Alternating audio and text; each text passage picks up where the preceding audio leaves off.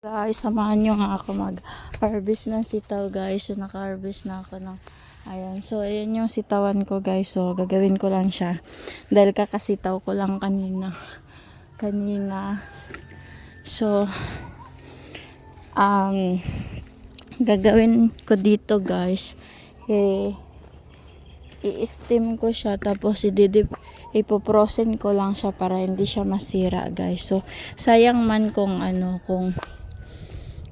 masira or magtanda lang siya sa so harvestin ko siya guys.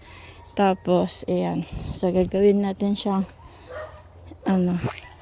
so mahal ang mga gulay sa Pinas, kaya kailangan natin ng diskartehan para hindi siya masira guys. So ayan, hindi man pwede guys araw-araw ta magsitaw. So pag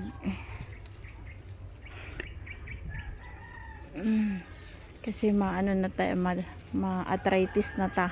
So i-frozen lang natin to guys. I-steam muna natin siya, tapos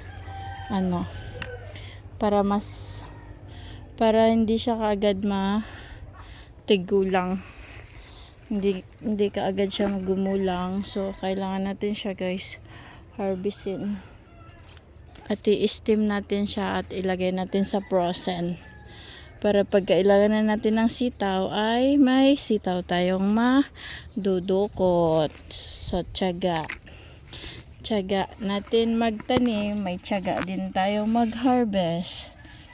Yan. So wala tayong poproblemahin sa ulam dahil madami tayong sitaw. Ayan nga. Umakyat na doon sa may mangga ang sitaw. Ayan. Sitaw kayo dyan.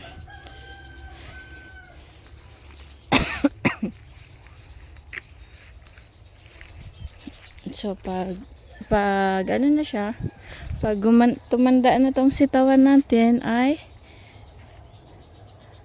alisin natin siya at taniman ulit ng bago. So ganyan lang guys ang may tiyaga magtanim, di magugutom. Kaya pag may tiyaga ay may blessing. Ayan,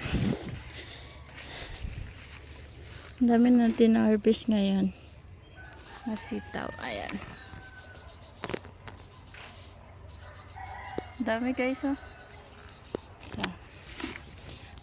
so subscribe sa our channel, RAG channel guys. Paki-subscribe ng aming channel sa YouTube channel at follow na din ang TikTok Josie Vlog para kung may gusto kayo guys, order kayo sa Yellow Basket ka para may commission si Josie Vlog.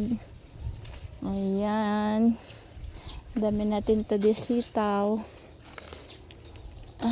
Sitaw pampahaba ng buhay. Ang ganda ng ko na siya.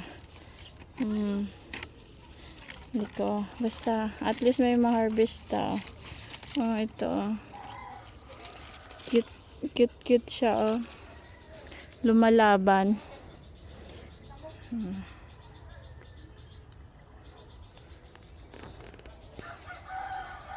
So ayan guys, hanggang dyan na lang ating vlog today. Thank you for watching guys.